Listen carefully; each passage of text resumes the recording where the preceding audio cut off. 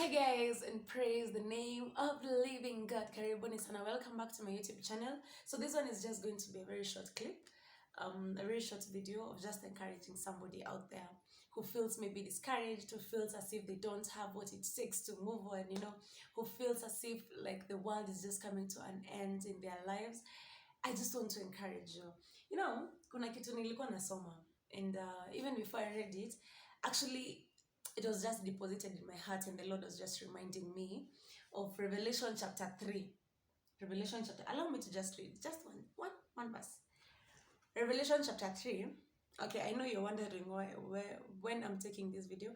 I'm just taking it some few minutes before I go to bed. So allow me to just share what I have in my heart. Revelation chapter 3, verse 8. It says, I know your works. Look, I have set before you an open door, which no one is able to shut. I know that you have but little power, and yet you have kept my word and have not denied my name. I will make those of the synagogue of Satan who say that they are Jews and are not, but are liars. Okay, allow me to just leave it at that. Now, listen to what the scripture says. That I know your works. Look, I have set before you an open door, which no one is able to shut. So nikisoma hii, I was reminded of this book here. I hope you can see it. It's called A Life of Acceptance. Okay, A Life of Acceptance, written by the name there, Simon Peter Watua, sorry. It's a friend of mine, and I really take this opportunity to congratulate him for writing this book and publishing it. Let me tell you guys, this is not an easy journey. It has not been an easy journey. Actually, nimefunga mahali nilikuwa nataka kusoma. Allow me to get it for you.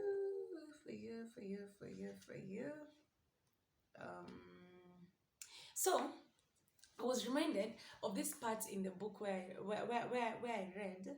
Okay, he writes about, he quotes what Martin Luther King Jr. says.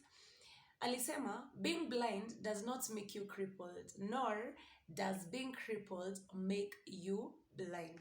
Nikisoma hii, nilikuja kurealize, God ametupatia so much that ni sisi hatutai kuona. God ametupatia a lot of things, like a lot of gifts in us. Ametupatia a lot of power in us that we are not able to really fathom or understand what it is, because we are so much focused on what we do not have. We are so much focused on what we wish we had. Okay? And as I was reading that statement, that being crippled does not make you blind, and being blind does not make you crippled, ilinikumbusha when I was in school, when I was being trained on special education kidogo, and where I have worked special need kids. I actually remember one of my employers who was actually my trainer, alikuwa anatuambia, the minute a human being ana lose one sense, hizo zingine zote huwa zinachipuka. Hizo zingine was na hiking. Actually, she was actually using that term, that the other senses, they normally heighten. Okay, so he used to give us an example. Okay, where I worked, I had a friend of mine who was actually partially blind. Allow me to just describe kidogo. So for her, yeye alikuwa anaonanga vitu bright, anaweza kuambia this is bright, anaweza kuambia this is dark. Okay, but when it comes to other senses, now that yako partially blind, the other senses zake ziko very high, like kuliko zetu.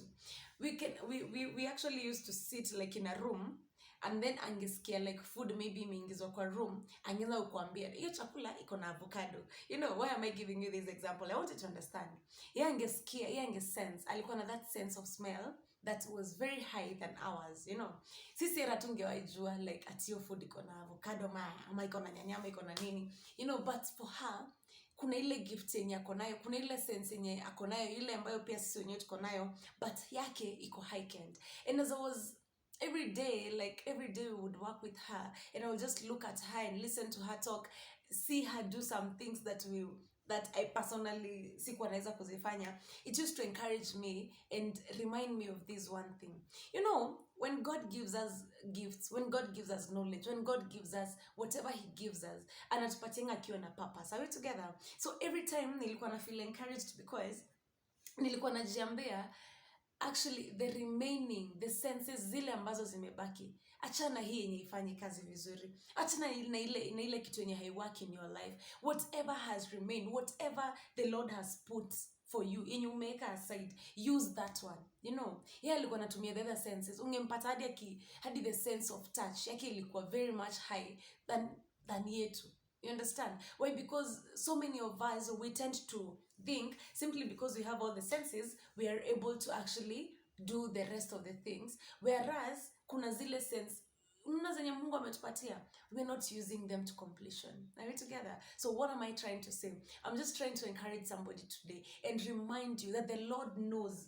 No, anajua you have a little power. He has already said it even in the book of Revelation, that I know your works. Look, I have set before you an open door that no one is able to shut. You know, anajua kazi yenye unafanya. Anajua kuna time inafikanga by the way you lose that energy, you lose that grip, you lose that, you know, ile focus yenye unakuanga nayo. Anajua, but this is what he promises, that he has set before you an open door that no man can shut. So guys, even as you celebrate this Christmas, even as you celebrate these festive seasons, I want to remind somebody, don't forget, January is coming, next year is coming, and I want to remind somebody that the Lord is here to actually take us through and take us to the next level, take us to new horizons, you know. And my pastor always reminds me, and hata alikuwa ananikumbusha just the other day, you're going to rise into new horizons, lakini lazima ukue uko tayari. So are you ready to soar higher with the Lord? Are you ready